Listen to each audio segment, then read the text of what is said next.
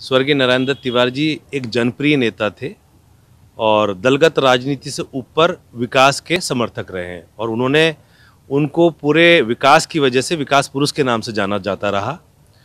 और चूंकि सभी उनके इतने अपने प्रिय थे, जो भी स्वर्गीय नारायण दत्त तिवारी जी की विकास की सोच को आगे लेके चल सकने का जिसके अंदर मादा होगा और उस सोच को आगे बढ़ाने की क्षमताएं रखता होगा और उतने संघर्ष और त्याग जो जीवन में कर सकता होगा, वही स्वर्गीय नारायण दत्त तिवारी जी की विरासत को संभाल सके। बात करूँ परिवार से आते हैं, क्या मानते हैं कि आप उनकी राजनीति व्यवस्था आप संभालेंगे?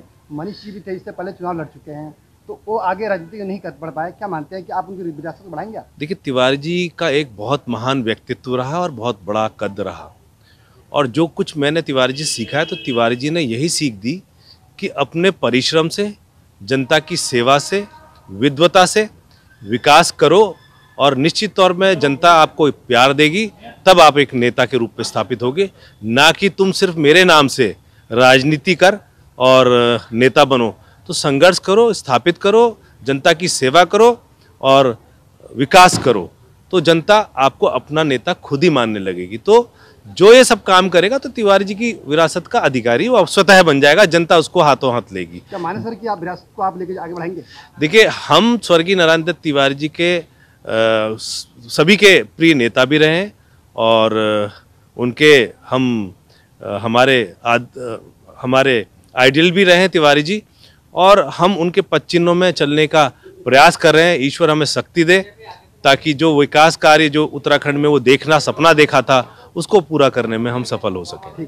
देखिए, बहुत महत्वपूर्ण और अहम सवाल है, खासकर उत्तराखंड के परिप्रेक्ष्य में। नारायण दत्त तिवारी का एक बहुत बड़ा नाम है, बहुत बड़ा मुकाम था।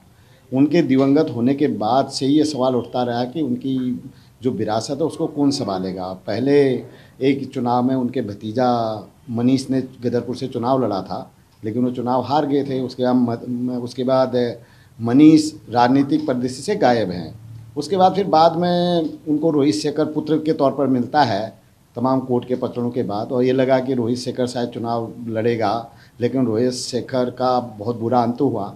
उस अंत के बाद अभी तक ये पता नहीं अभी तक उनका कोई भी विरासत संभालने वाला मुखर होकर नहीं आया है। इस बीच एक तेज़ी से घटनाक्रम बदल रहे हैं। उनके ममेरे पोते डॉक्टर दीपक बलूटिया ने हल्द्वानी से दावेदारी की है।